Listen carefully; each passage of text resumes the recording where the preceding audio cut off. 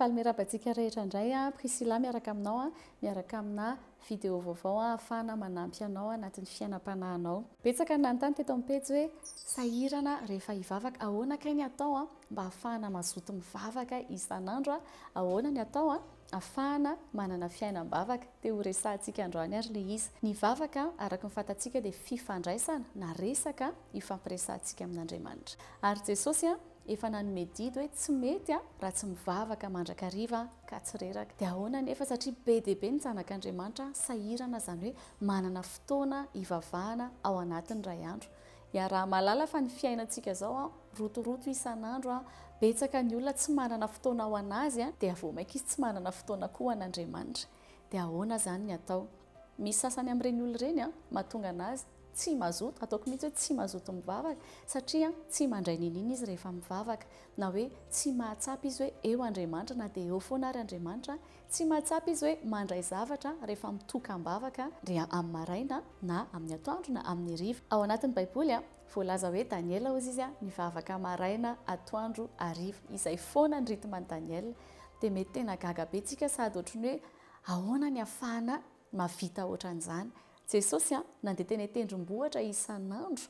Misy fotoana izy manao alim-bavaka izy irery, misy fotoana izy mitondra mpianatra anankitelo miara-mivavaka aminy, ary misy fotoana izy mandeha irery mbola maraina alina, mety hoe amin'ny 3 maraina mandeha mivavaka irery eny an-tendrombohitra. Raha ohatra ianao ka mahatsapa fasarotana amin'ny fiainam-bavaka dia tsy irery ianao.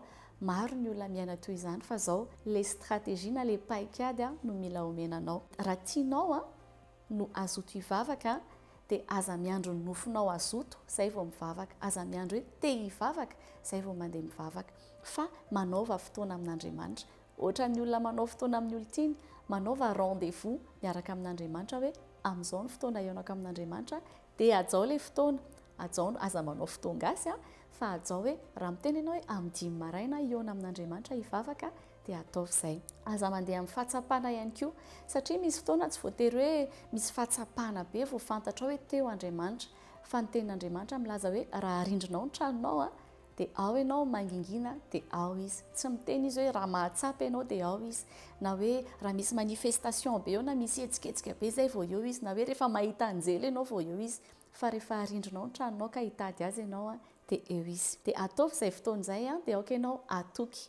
Rehefa ataonao ilay fotoana na le rendez-vous dia mila ianao mahatoky. Andriamanitra efa mahatoky foana, izany hoe fidèle, le fidélité no ilaina amin'izay. Dia izao raha ohatra ka hoe hivavaka ianao te hiona amin'Andriamanitra ka tianao zany hoe mahazo tsirony eo amin'ny fanatrehan'Andriamanitra, dia esory ny zavatra mandrebireby anao rehetra, na ny distraction zany na zavatra manelingelina, na zavatra mahatonga anao tsy hifantoka. Dia rehefa esorinao izay dia mora kokoa aminao ny mifantoka amin'Andriamanitra, dia afaka mandray anazy ianao, mandray zavatra avy aminy ianao.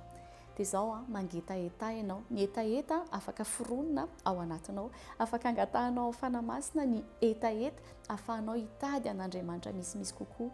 Dia amin'izay fotoana izay ary mety tsy voatery aprisihana ianao vao hivavaka, fa ianao mihitsy ny andeha hitady an'Andriamanitra. Na rehefa tonga ny fotoana anankiray dia ianao mihitsy ny mahafantatra hoe ilaiko ny mihaona amin'Andriamanitra.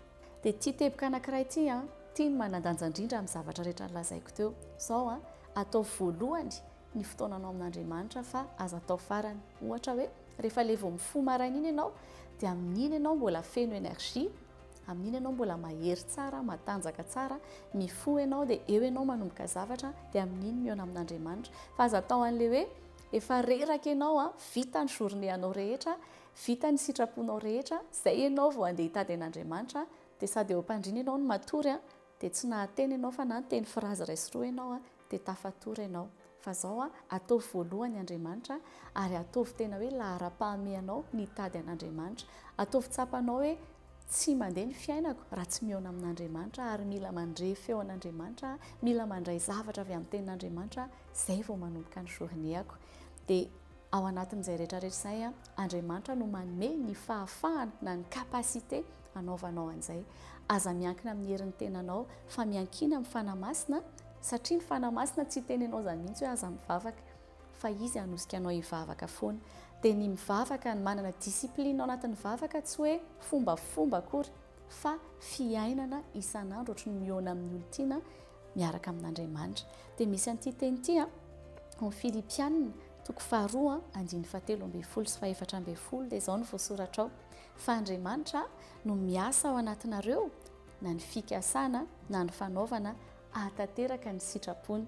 Ataovy ny zavatra rehetra amin'ny tsy fimonomononana sy tsy fisalasalana. Dia izao aza misalasala ianao rehefa hivavaka fa Andriamanitra manome anao ny fikasana sy ny fanaovana, izany hoe izy no mametraka aminao ao anatinao an'ilay faniriana te hanao ny sitrapony dia izy koa no manome hery anao hanao ny sitrapony. Izay ary fa samy tahian'Andriamanitra dia amin'ny manaraka indray.